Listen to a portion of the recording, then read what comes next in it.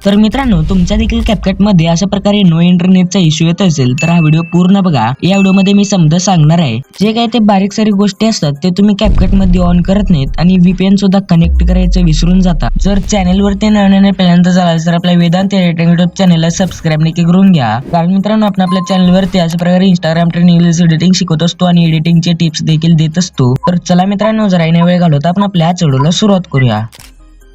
तर सगळ्यात पहिल्यांदा मित्रांनो, आपल्याला CapCut Pro ॲप्लिकेशन चालवण्यासाठी आपल्याला एक VPN ची गरज पडणार आहे.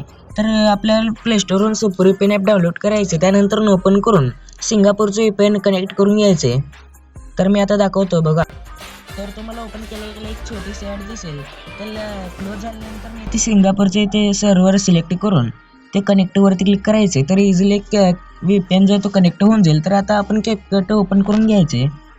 CapCut ओपन केल्यानंतर ना ते न्यू प्रोजेक्टवरती मी सॅम्पलसाठी एक फोटो सिलेक्ट करून घेतो. त्यानंतर ना आता ॲडवरती क्लिक करायचे. त्यानंतर ना इथे ह्याच्यावरती क्लिक करायचं आहे व्हिडिओच्या लेअरला. त्यानंतर ना ॲनिमेशन्समध्ये जायचं आहे. ॲनिमेशन्समध्ये आल्यानंतर ना इनमध्ये तर इथे बघू शकता सगळे लोड झालेले आहेत. तर बघू शकता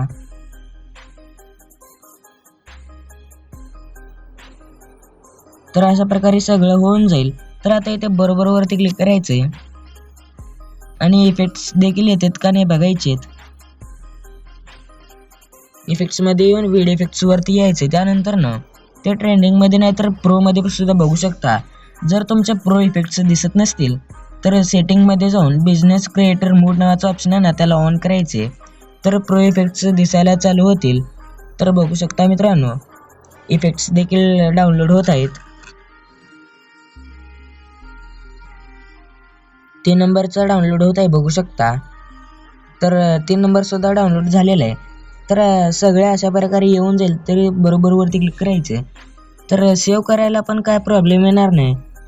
तर याला अशा प्रकारे इझिली सेव्ह होऊन जाईल. तर अशा प्रकारे तुमचं CapCut जो तो म्हणजे वर्किंग व्हायला सुरुवात होईल. तर आजच्या व्हिडिओमध्ये इतकाच. व्हिडिओ कसा वाटला कमेंट करून नक्की सांगा आणि पुढचा व्हिडिओपर्यंत जय शिवराय जय महाराष्ट्र.